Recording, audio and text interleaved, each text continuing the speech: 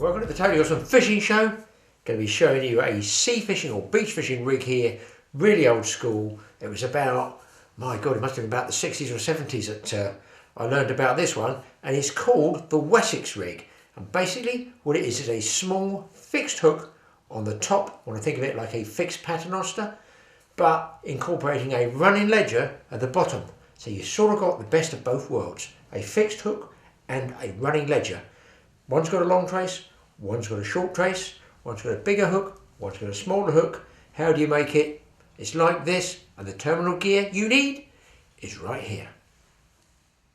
Okay, this is the basic setup here, just to give you a guide how it works. Your rod and line comes down from the top here, and it comes onto this swivel here. From here you go down and you have a small hook standing off. This goes down to a bead, to a lead clip, your lead, a swivel, another trace, and a hook. This is a slightly larger hook, that's a smaller hook. That's the basic principle of it. Now I'm going to show you what you need to put it together. For lead clips you can use just a regular clip like this one, as you can see there. You don't need the little notched piece, the little piece that sticks out for the bait holding, because you're not going to be clipping baits up. It's just a regular basic lead clip, obviously a lead.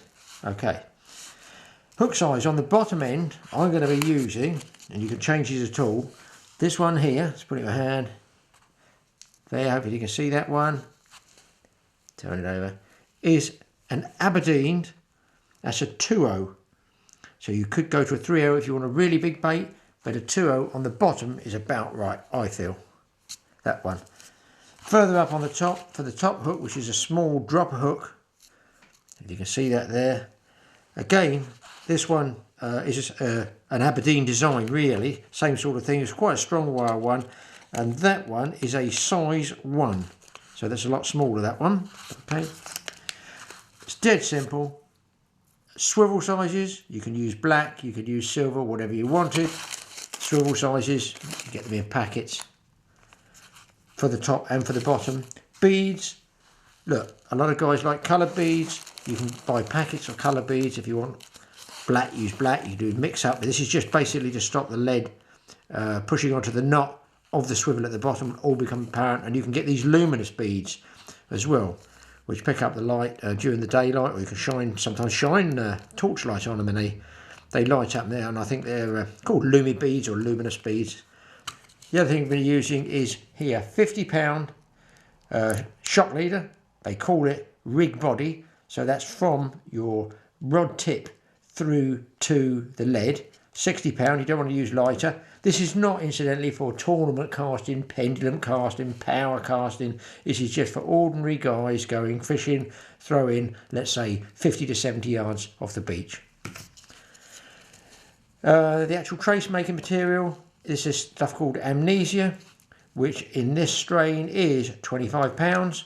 I like using stiff stuff. I like using really rigid stiff stuff, but this has, you know, very little sort of memory retention, I suppose you'd say. So if you do get coils in it or kinks in it, they should come out and stay out.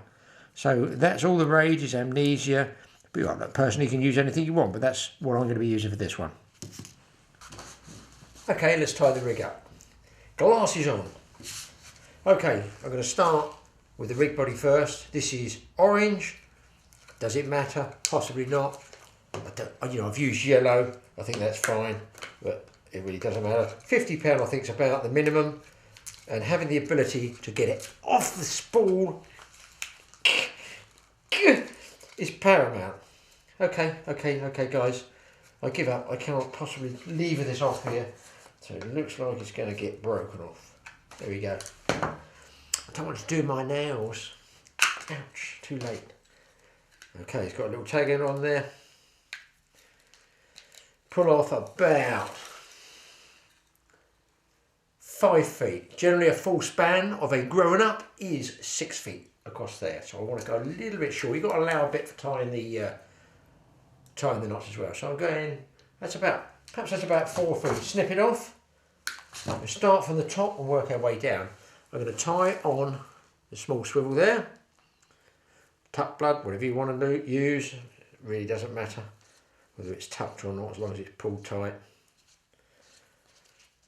Good rig for just general fishing this.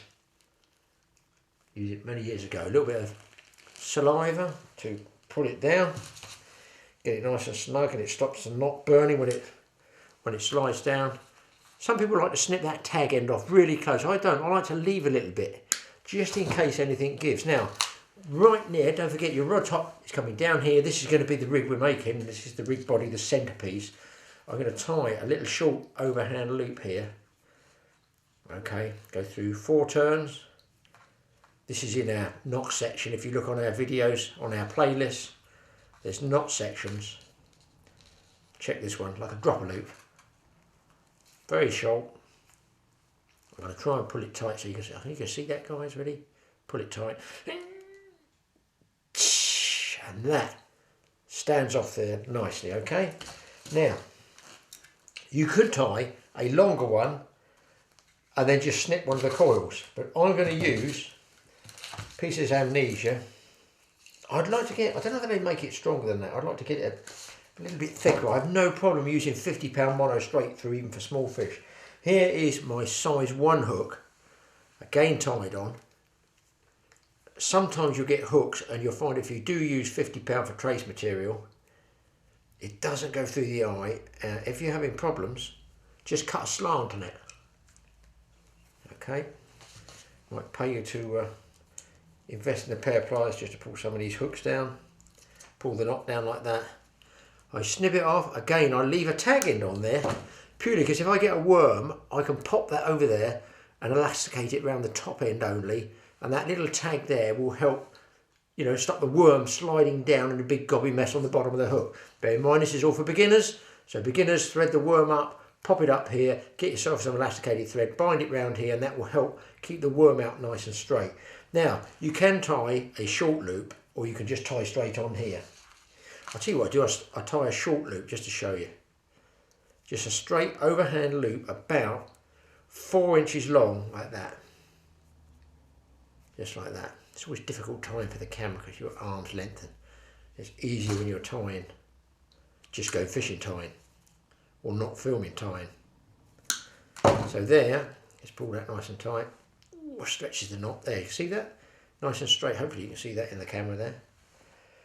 That way, if you make 2 or 3 out of different smaller hook sizes, you can easily change them. If you tie that as a knot, ouch. If you tied that as a knot onto there, and you snip it off, you're shortening it, shortening it, shortening it. This way, you could tie 3 or 4 up with different hook sizes, put loop to loop, put the hook through there, avoid sticking it in your fingers, it's quite painful. There, now you see how that pulls? Just there, okay, and it stands off. It stands off, so that is no more than about 3 or 4 inches. It needs to be short, that one, with a small hook. But of course, where that's loose, look, I can take that hook off very easily, like that, and change it. Pick another one up, smaller, larger, whatever. Don't keep using the same, and that's why I go loop to loop rather than actually tying it on. Pulls down tight like that. You can take it off. Down the other end, we're going to slide our lead clip up there, like this. Then we're going to slide whatever size bead. Why did I pick the smallest bead? Why did I do that? You're going to put a bead on there, which is going to kind of slant on that, you'll notice. The bead actually stops the lead rubbing up against the knot. So you're going to put a bead on there, slide it down. It's all slid down for the moment. Get myself the other barrel swivel here, there. This was a rig that was developed or popularised, I believe, by a gentleman called Hugh Stoker. Was a sort of Dorset fisherman along that Hampshire and Dorset coastline many years ago, probably the 50s and 60s or even before that. Let's just pull this tight. And he did a lot of dinghy fishing, I think, from an old wooden clinker dinghy, and he was one of the sort of top sea fishing writers of the time. And this was a rig that I believe he popularised. Okay, now you can see the rig starting to come together. Down here, as you can see, that's that last swivel I tied on. There's my bead. Comes down on the knot so that the metal here rests up against it. Then the lead goes on, like that. Okay, so here I am. Just recap this. Here's the line coming down from the beach rod. Imagine it, people, imagining it. Especially you at the back there. I know you're not watching. Going to do some lines for you later on, or homework. Comes down here, ties on there, goes to here. There's the standoff, small hook. And down here is the lead. Now you can see it's free running. That's the running ledger section. And then I'm going to tie on a section of this amnesia, but longer. Now what I do, because it's coily, see how that's coily? I'm hoping you guys can see all this. What I do, this is why God gave us teeth, get it in the molars, stroke it out, heat it up nice and tight, like putting it tight. Two things can happen. You can straighten it and warm it, or you can pull your teeth out. Entirely up to you. This is the way I do it. Now look at that, guys. That is lovely and limp and dead straight. So I'm going to tie this on. Now I don't tie the hook on first. I tie onto the other end of the swivel first. If I tie the hook on, it's just a fiddle to tie it the other way round. I'm just doing standard blood knots. You can just do tuck ones if you want tuck ones. If you guys like different knots out there, use different knots. Just it's a knot, guys. Just okay. I can pull that down. Watch. Nice and tight. Snip off the tag end, but not too close.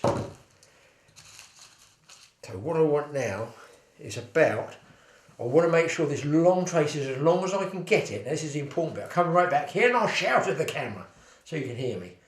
Don't have it so long that this trace will cast and tangle up around the dropper hook up here. Don't forget.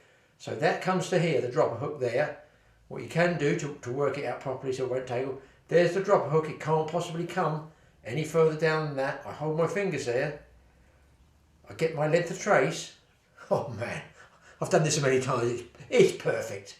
There's the length of trace, and I'm about 2 inches short of that top dropper hook, and then I tie on my bottom hook, and that ensures that the two hopefully do not become entangled. And that is the idea of this rig. A 2-hook rig, but it gives you the option. Big bait at the bottom, small bait at the top. Big fish, stroke small fish. It gives you the option of running ledger at the bottom. So if you have a big bait at the bottom, the fish, there's the whole rig completed, guys. He can swim all around here. You'll still get the bite, but when he pulls, he's not pulling the lead, because the lead, look, slides. Okay, so it's a real old school rig. Final recap on it. Swivel, maybe 6 inches down, a blood loop there. It makes from your rig body, it makes a loop stand off, a loop to loop knot. Look how nice and slack that is. Look, I can move that loosely with my fingers. 25-pound trace there, short, a size 1 hook. Small, half a worm, half a sandal, elasticate it on. So a small hook up there. Then all the way down here, I'm going to come back up here, imagine it, a running ledger. So I've got a fixed paternoster and a running ledger, best of both worlds. There it is, a bigger, a size 2.0 Aberdeen, or whatever you fancy, guys. This, I'll tell you what this rig's good for. Just catching fish. And you can even use 50 or 60-pound trace here and a big gargantuan hook and a big chunk of squid and go out for bass or conger or rays and still have a chance of something on the small hook here. So you don't go home fishless, hopefully. That's the idea of this rig. It's called the Wessex Rig. Hope you enjoyed watching it tied up. Get out there, give it a go. I've used it for years. It's a good old standby rig. Yes, it's not too fancy, but often it's not the fancy ones that catch the fish. It's the good ones that are getting near that presentation, and this one does that. We'll see you again on the Totally Awesome Fishing Show. Don't forget to look out for the free download of our magazine, Mike's magazine, he does all the work, not me, called The Awesome Angler. So bi-monthly, and also look out, a Totally Awesome Outdoor Show where Mike does all bushcrafty stuff. Really, really popular, that one's going mad. We'll see you again out the river. Me? I'm going to tie a few more of these rigs up, because I know sooner or later I'm going to lose them.